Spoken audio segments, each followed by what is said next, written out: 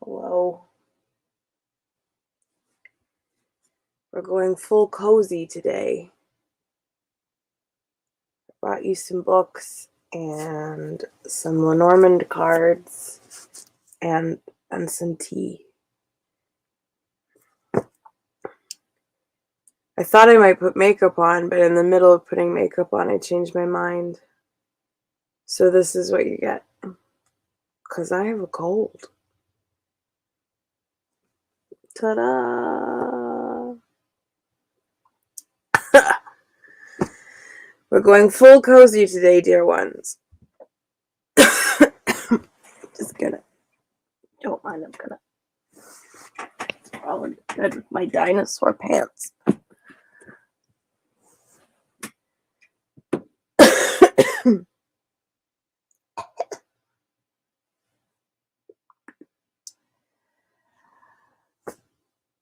Hello, my name is Carmel. I'm your GlamourHobo bedtime tale teller.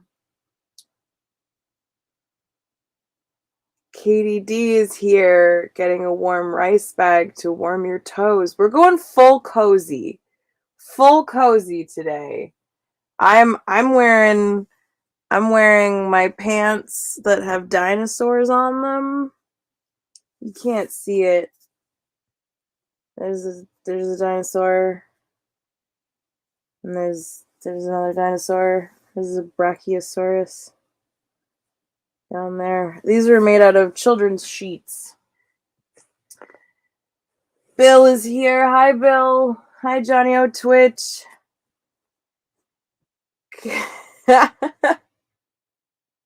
Guys, I'm a mess today. I am so tired and I have a cold that I'm fighting off. So I actually don't know how long we're gonna go today because I might lose my voice or have a coughing fit. How's everybody feeling? Tell me how you're feeling. Hi, Sally. Flintlock! Oh no! We're being raided! I don't know who those people are, though. Weapons up, teacups up. When a raid comes to my show, we just offer them a cup of tea. I'm just saying, everybody get your hot water. And if they're nice, then we offer them tea. And if they're dicks, then we throw the hot tea in their face. Oh, see, they're nice. What kind of tea would you like? I don't know how deep we're gonna get, guys.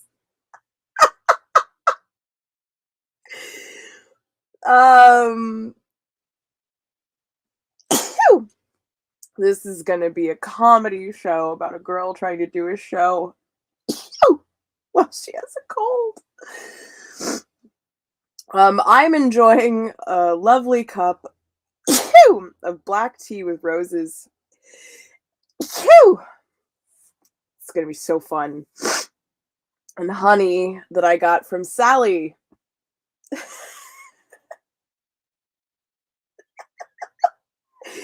Oh my god. I've got some nettle tincture in it that I made. I like that you guys are cheering for me. I really appreciate it. I honestly don't know how deep we're gonna get, but let me tell you a story about the last time I publicly lost my voice. So I was in New Zealand and I was doing my show, The Marvelous Mechanical Musical Maiden. It's a one-woman show where I tell the story of catastrophic whimsy of a automaton who used to be a woman of flesh and blood, just like you, I suppose. The last 150 years of her life, and she sings a lot of the stories, and the music is built into my costume, and I activate it by these little capacitive touch buttons, and the music like flows from my butt. It literally, I have speakers in my skirt, And so I was in New Zealand, and I had just come off of an award-winning season in Australia. But I was like tired. I had like basically like lived very hard for a month and gone really, really hard with it, and it was very dry, and I had a lot of allergies. And then I went to New Zealand to do another tour of the show at their fringe festivals. And I don't know if you know this about islands, but they have pollen that doesn't exist anywhere else in the world. Not just birds or lemurs or insects. You know, flightless novelty birds like the kiwi. No, no, no, no, no. They have pollen that exists nowhere else in the world. And so if you've never encountered it before, it crawls up inside of you and it tries to strangle you with your own phlegm. So here's the thing. I had been there before in 2014. I had been there before, and the same thing happened. And I thought I was going to be okay, and I was wrong. So the second day of my show in New Zealand, I was in a bar called the Fringe Bar, and my rig on my outfit had broken, and so I was trying to play my music off of my phone on someone's table. So already one big swing and a miss about the show being good. And then there were only like 10 people there, which is pretty average for a fringe show. And then I had a coughing fit in the middle of the show because I had been in decline with my voice for like a week. And I had a coughing fit so bad in the middle of the show that my makeup was running all the way down my face, and it looked like I had been punched in the face, and I had a black eye. So I was holding a microphone because I couldn't be heard. My music wasn't playing out of my costume, and I couldn't speak, and I actually had to stop the show in the middle of it and say, I'm very sorry, but I have to stop the show. But it sounded like this. I'm very sorry, but I'm going to have to stop the show. Thank you all for your flexibility and your patience. If you would like to come back another day when I can actually speak, I'd be happy to refund your ticket. I did that in the middle of a show.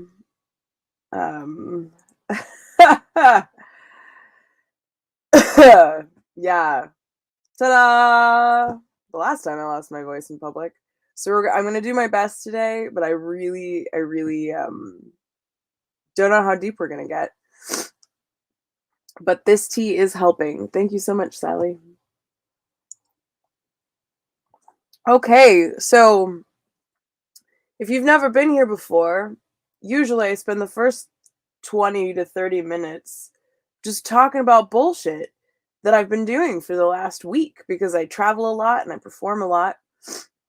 And then I read a story eventually. But we've introduced this new piece of the show where we build a story together based off of the Lenormand Oracle deck, which I kind of love. I think we're going to do it again, if you guys want to do it again.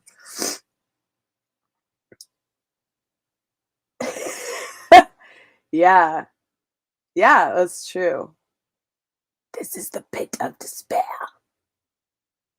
You're never going to get out.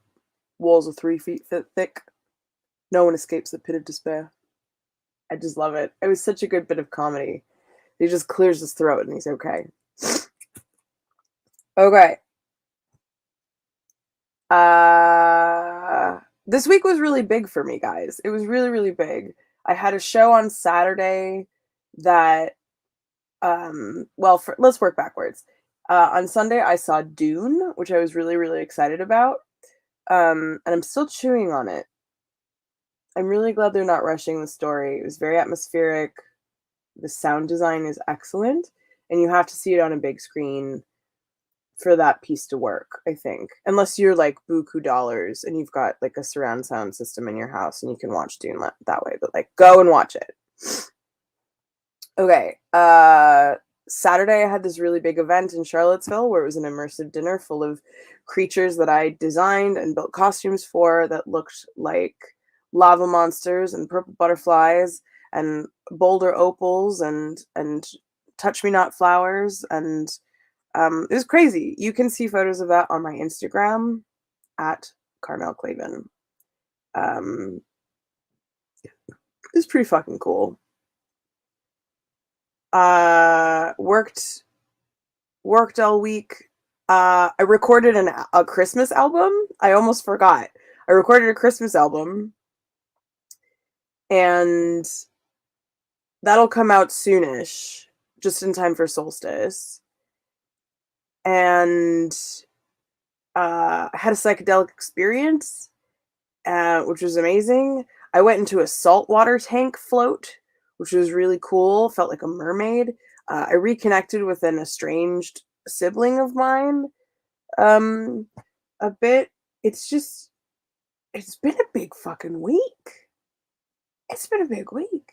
So here I am, broadcasting to you from Powhatan Land, and the announcement of the week is that this is the last show in the egg.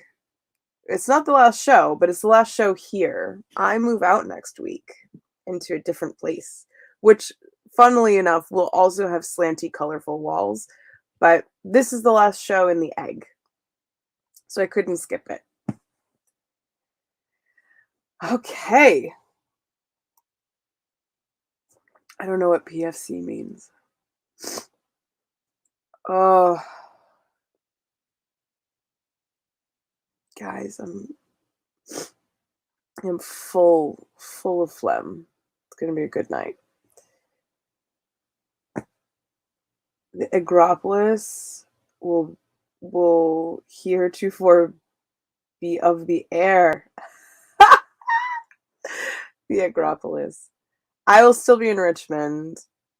Oh, Reverend Tommy is bringing a raid. Oh no. Okay, again, we have to offer cups of tea, but if they're dicks, we have to throw hot tea in their faces. That's what happens. That's what we do. So everybody drop what you're drinking in the chat so we know what kind of weapons we have. Weapons of charm or weapons of scalding? Hi, Reverend Tommy. Can one person raid? I don't know how it works. Anyways. All right. I brought this again. Tales from the Arabian Nights. I've got space opera because we're in the last section of that.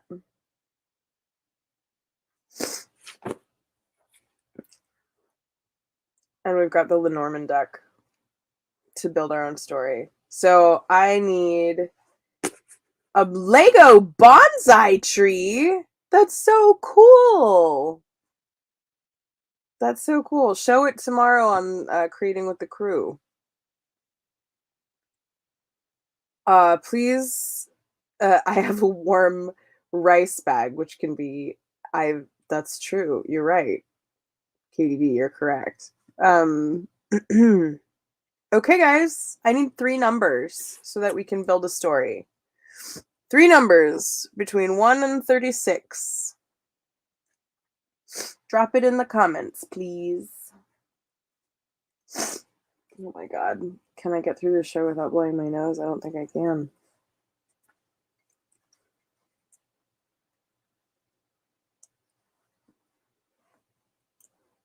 That's not tomorrow. Oh shit. What day is it? I don't even know.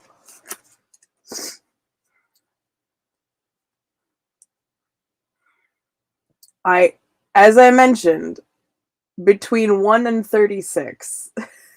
So 22, from KD. 33 and 18. Okay. 22.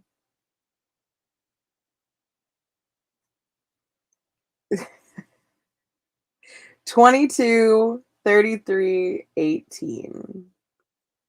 22, 33, 18.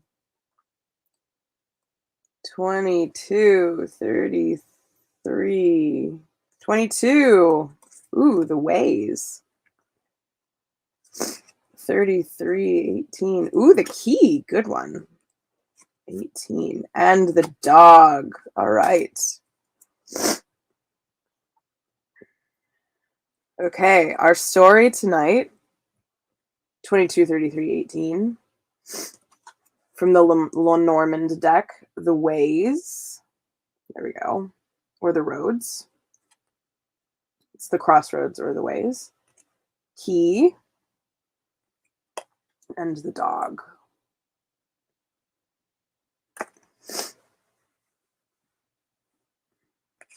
Oh, right, because Paulo's where you are. I forgot.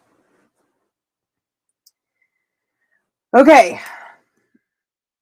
Do we want romance or do we want tragedy? Or do we want... I don't know if I can handle comedy, but you can try and pick comedy.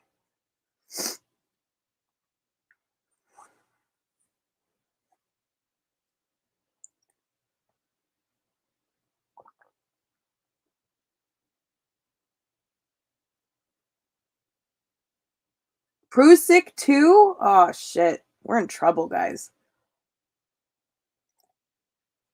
KDD says Quest for Adventure. Perfect.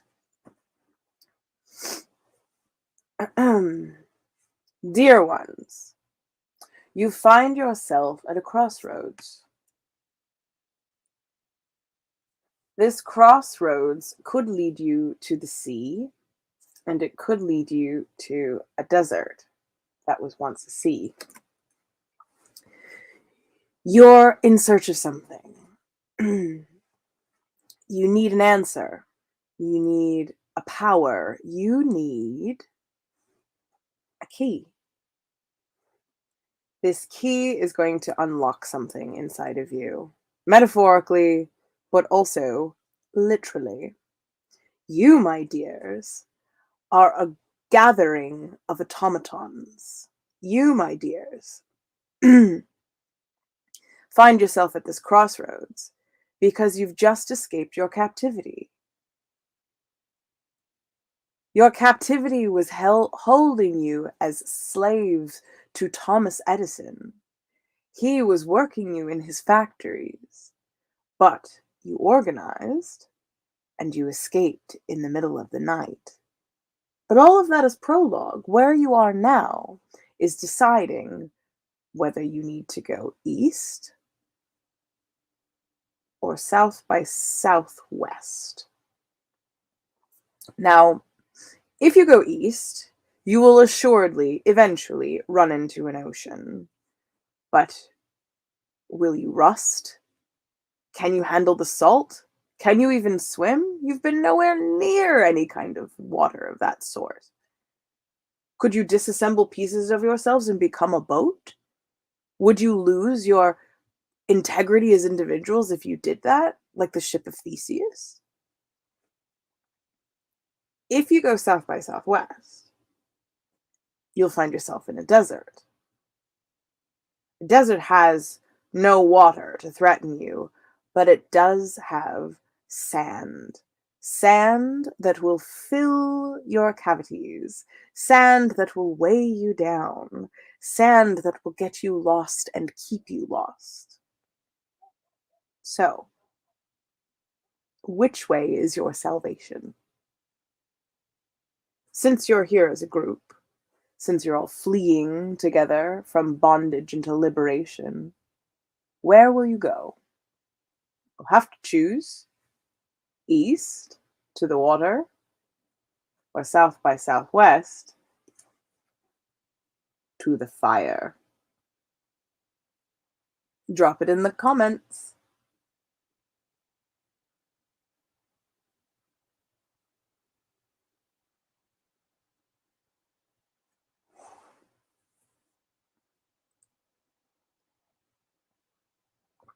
Oh, we've got one for water, one for water, two for water, one for fire.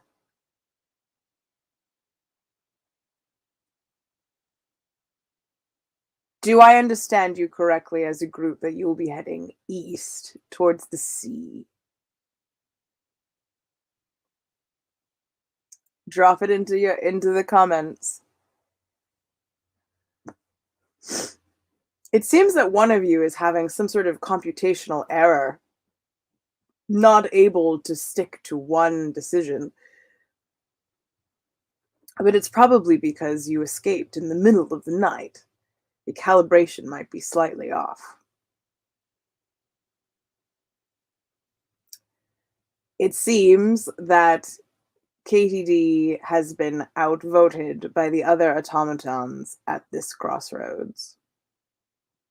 And you will head towards the fire of the desert.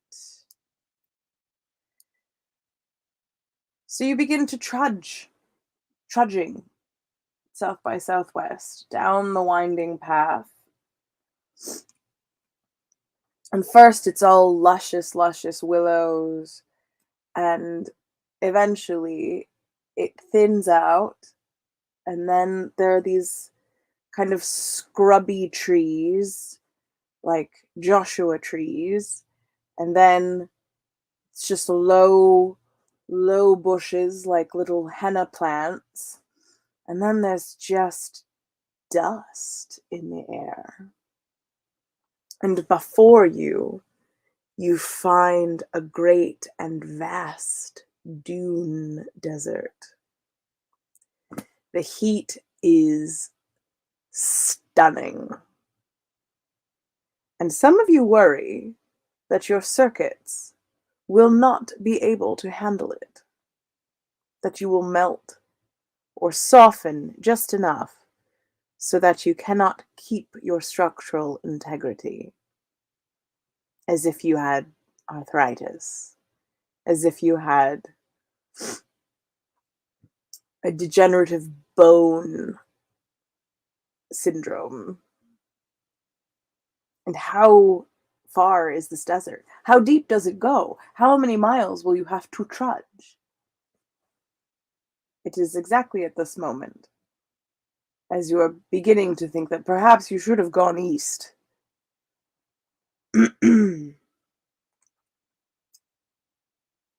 Someone clears their throat right next to you.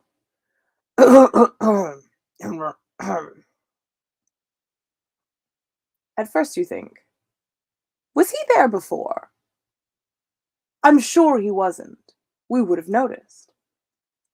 But the dog is there. He's been there. You just didn't notice because he was being very, very good and standing very, very still and waiting for you to make up your mind. He's a desert dog, and he can speak. He could tell you the way. But the question is, dear ones, in order to find this key, in order to find the thing that will unlock the questions you have inside of your chest cavities, this key that will lead you to not only physical riches that turn you back into your human selves, but also the question and answer to life, the universe, and everything. You have to sort out what you want to ask. So, what will you ask the desert dog? How will you get where you're going?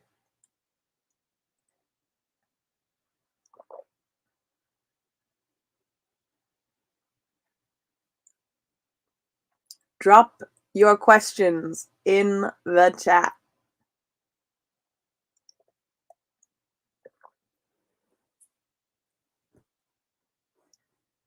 We've met the desert dog. He is waiting patiently for your questions.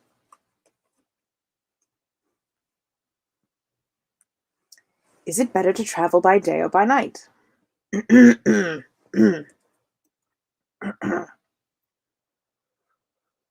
a very good question.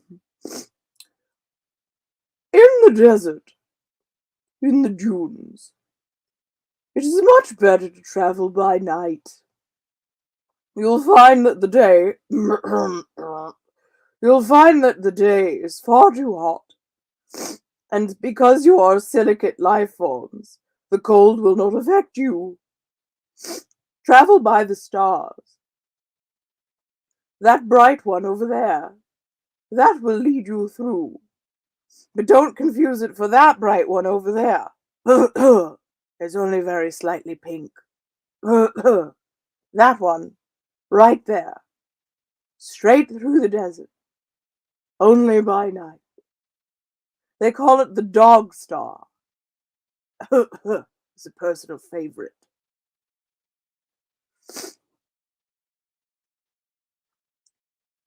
Sally has decided not to ask what is the secret of life.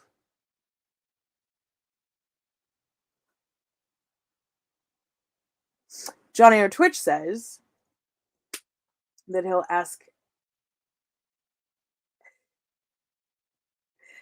the desert dog what's on his bucket list.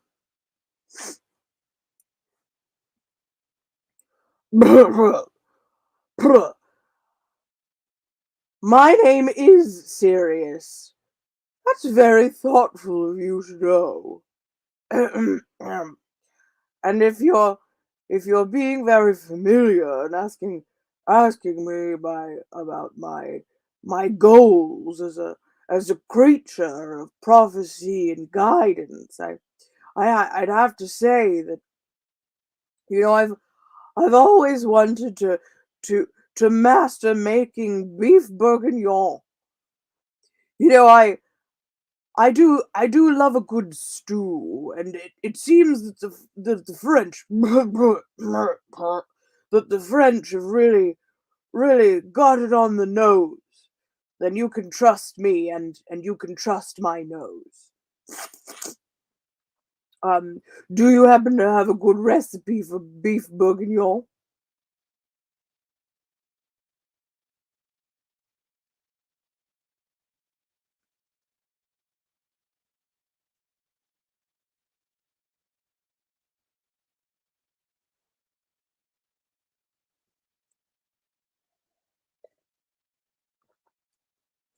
Well, that is excellent news. That is excellent news.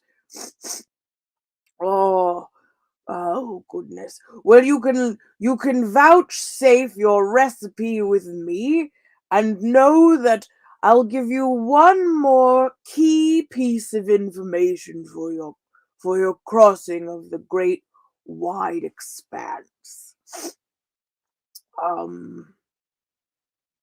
If you see anything with large ears in the desert, don't trust it. It may look adorable, but you can't trust it. No bilbies, no jackrabbits, no kangaroos. If it's got big ears, go the other direction and then loop back around so that you can see the dog star again. All right. That's my best advice. That's my primo plus extra subscription advice to you, and I wish you the best of health, and I look forward to attempting your recipe. But if it's disgusting, then you'll already be gone. So I'm just going to have to trust you, kind of like how you're going to you're going to have to trust me.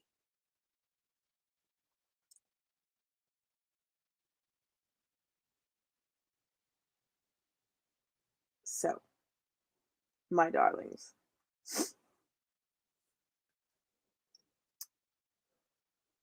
You have moved into the desert as the sun was setting anyways, and you don't actually get tired because you're a group of automatons. The whole point of you is that you wouldn't ever have to sleep or rest.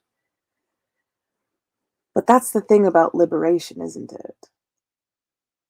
What workers fight for, and what humans fight for, and what creatures long for is rest.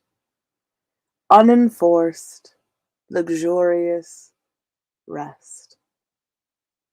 Because what good is adventure if you're too tired to notice?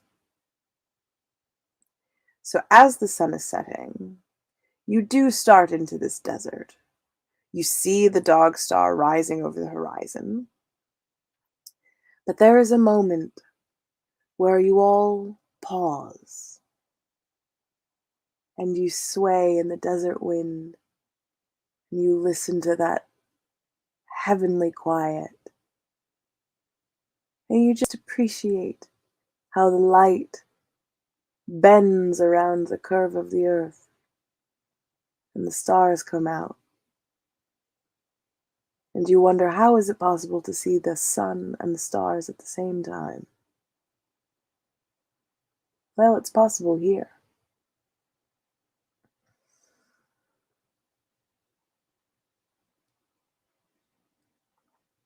I would say that you are filled with hope for what is going to come, but I don't want to put words in your mouth or feelings in your hearts. So that is it for this week. You've built a beautiful story, or the beginnings of one.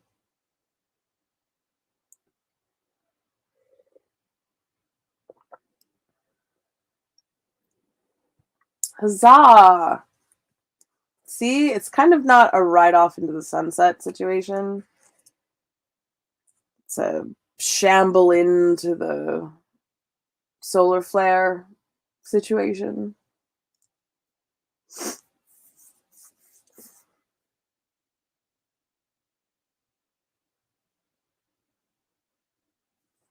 You've been given advice, you know exactly what to do.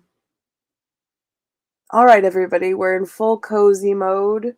We've built a story, a bit of a choose your own adventure, or a, what did we say last year? Because choose your own adventure is technically trademarked.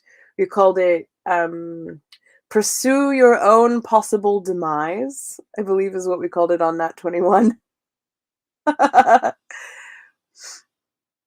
And I have two other books for you. So we can read some out of Tales from the Arabian Nights, or we can continue on with a third part of space opera. What are you feeling? What's poison? Or we can call it a night and have a nice short show.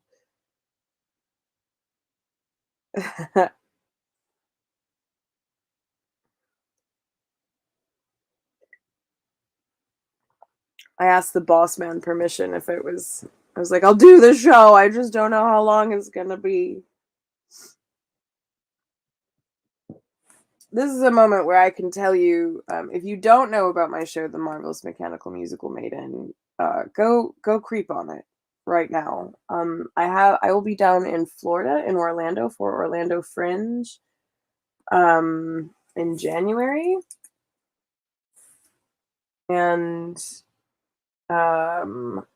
with it, and if you're anywhere nearby, it would be great to have you. I'm gonna drop you a link right now. In the chats, maybe. Oh man, if I got some Nat 21 stuff in here for you. Ooh, ooh boy, there it is.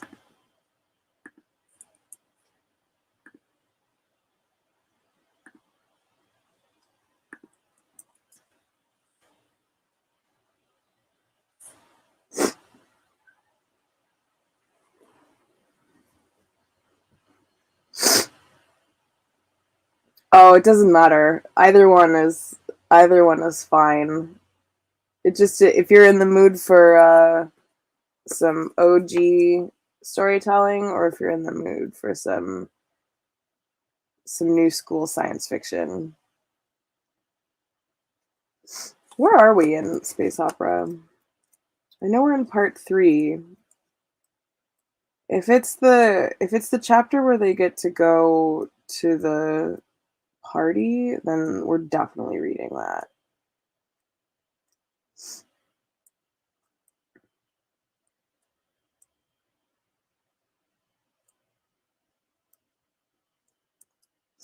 Man, my nose won't stop running. I think the Benadryl finally wore off. Come on. Where is it?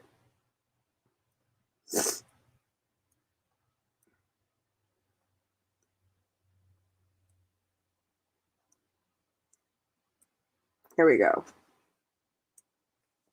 You guys can, that link that I dropped you can watch it anytime. It's just like a 2-minute teaser.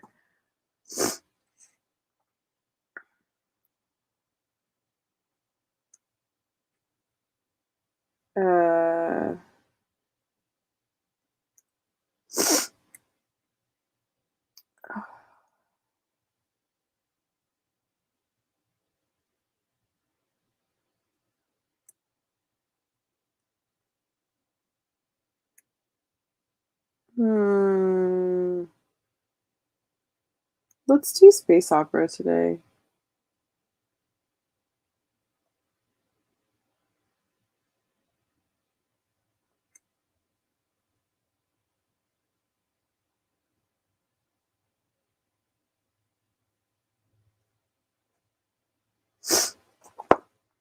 Okay.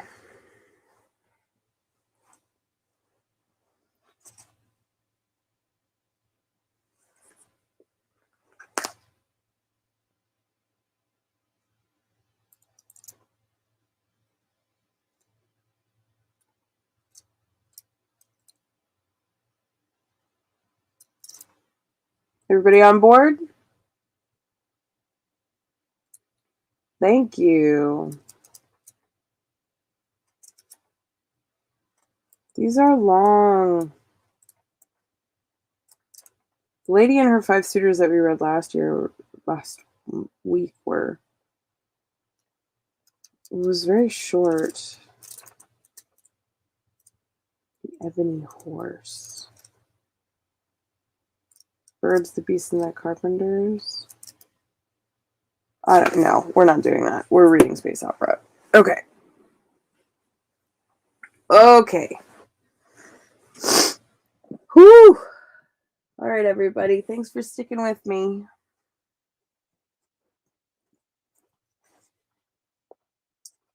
Part 3. Fire. Well, this is perfect because you chose fire for your adventure. You know I will rise like a phoenix, but you're my flame. Those are lyrics from Rise Like a Phoenix by Conchita Wurst. 21. The band is on their way to the Metagalactic Grand Prix. They've been writing a song. They fucking hate each other. A lot of emotional baggage, and we've learned a lot about aliens. 21. This is from Space Opera by Catherine Valenti. Hello from Mars.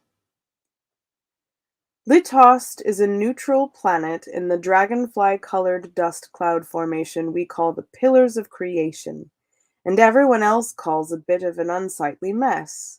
Almost 7,000 light-years from Earth and almost 7.5 light-years from its nearest drunken, hostile, politically conservative neighbor.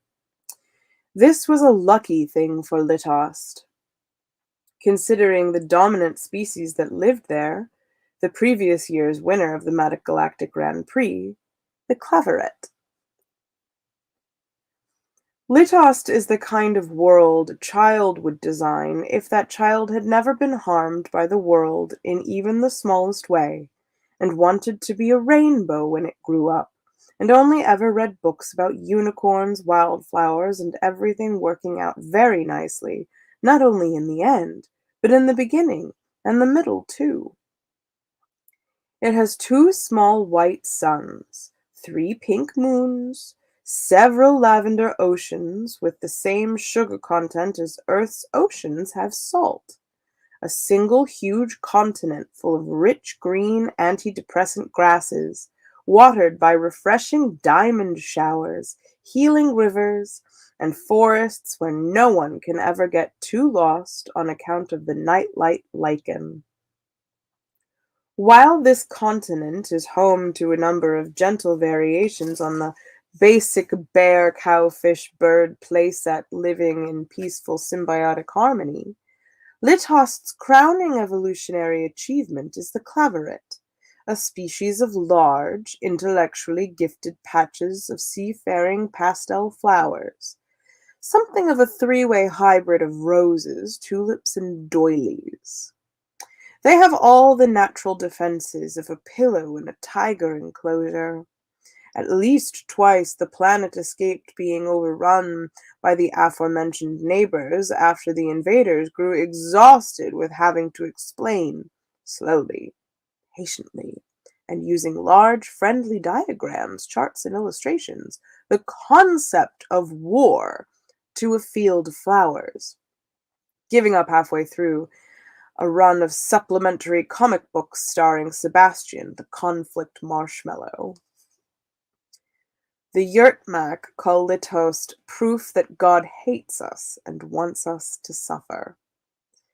Remember, the Yurtmak is that's the murder knife faced people who kill each other for fun and love, and the unkillable facts were written by a Yurtmak.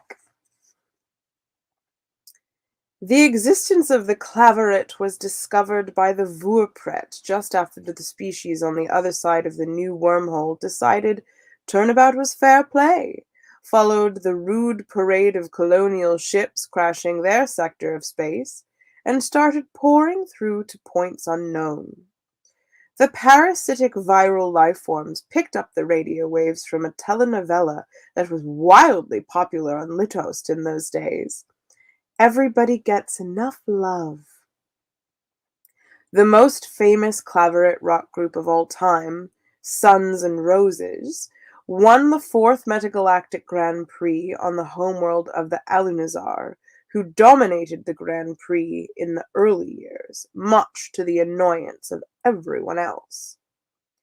In fact, that winning streak, combined with their overwhelming cultural and military hegemony, proved so irritating to the rest of the galaxy that it has become something of a beloved tradition to vote them down into the lower ranks every single year until they cry. The Claveret won resoundingly that year, singing in their traditional method, vibrating their stamens at the precise frequency of empathy, allowing the audience to hear one another's favorite childhood lullabies, thousands upon thousands of them, at which point Suns and Roses broke down, mashed up, and remixed that noise into a truly sick beat. Last year, they finally managed to snatch the crown again with their dance craze, Let's Talk About Our Feelings So No One Has to Hurt Inside. It would have been a unanimous verdict except for the Yortmak, who vomited out their ballot and then put it in the box with a huge, razor-toothed grin. Litost is also home to what was once an unassuming market town of no particular strategic or cultural importance called Vlimu, where the final battle screamed itself mute, and the war finally ended. Vlimu rests on the tip of a heart-shaped peninsula, kissed by the carbonated lilac ocean of unconditional acceptance. It looks like anywhere else, It has no memorials, no statues, no museums, or weekend historical reenactments to commemorate the final annihilation of the old world and the painful, strangling, blue-faced birth of the new one. But it does have a fantastic concert venue. The Cake in the Rain, which you'll remember is the name of the ship that they are traveling on, made planetfall in the seas just offshore the brand new, paid nearly in full, we promise, Coliseum the Claveret built for this year's Grand Prix, and named the Stage of Life. Massive slabs of chamomile crystalline herbstone, the color of watermelon-flavored smoke, formed a state-of-the-art rock arena approximately the size of the Isle of Man, crowded with towering subwoofer topiaries, shaded by hypno-kelp lighting rings, mined with hidden gouts and hoses for fire, water, and vaporized hallucinogen effects, gravity geysers, weather sinks in case a song required a Palunian winter to really pop, holographic floats, and an army of tough, proud stamen mics ready to take a beating, and without so much as a whimper of feedback. The first two human beings to set foot on another world stepped out of the jelly hatch and into the warm, ever so slightly joy-colored light of Litost's twin suns, which the Claveret refer collectively to as our mums. This fucking planet.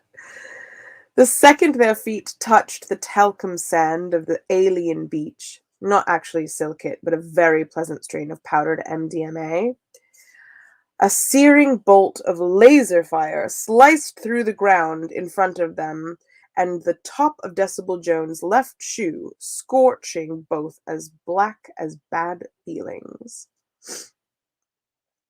A little lacy giggle vibrated through the fresh sea air. Up the strand, a large patch of pastel flowers twisted up into a topiary with a 74 caliber Uterac pumice pistol tangled from its vines. The Claveret maiden waggled a few briars at them and called out in a cheerful, bubbly soprano voice, "Sorry! I'm just ever so clumsy!" Behind her, a large striped camera bobbed and darted through the air, disappearing and reappearing as rapidly as any paparazzi flash bomb. Ort St. Ultraviolet, well-respected man about town, was almost completely certain the camera had a tail.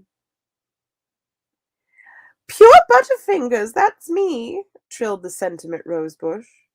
"See you on stage!" "That fucking shrubbery just tried to kill us!" shouted Decibel Jones. "That can't be allowed!" The lovely Eska stepped lightly down the gangplank of her ship and stretched in the sunlight, which turned her feathers into the colors of Earth's sky.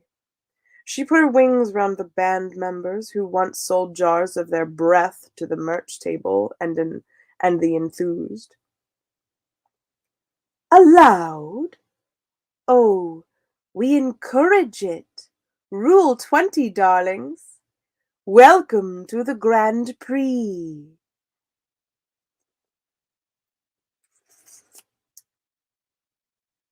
Oh, all right, darlings.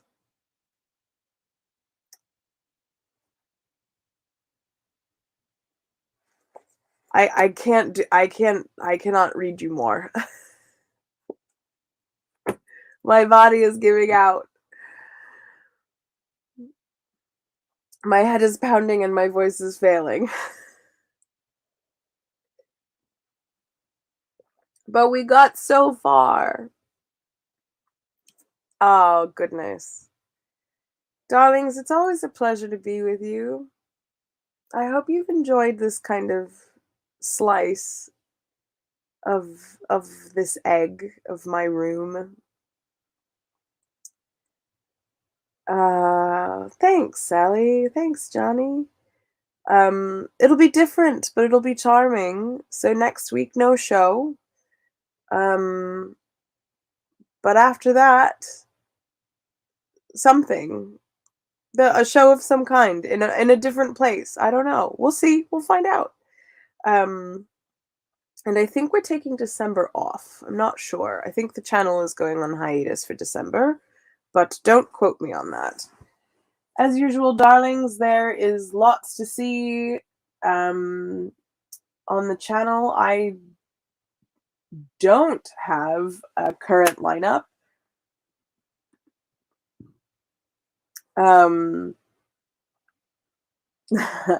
Something, somewhere, somehow. I always get really worried when I lose my singing voice because I feel like it just makes me feel like I'm dying because my voice is so much a part of my identity. So tomorrow, vocal rest. No dying. I have loved having you here, as I always do. And go and watch the video link that I sent you and creep on the mech maiden a bit. And I'll see you when I see you, darlings. Good night.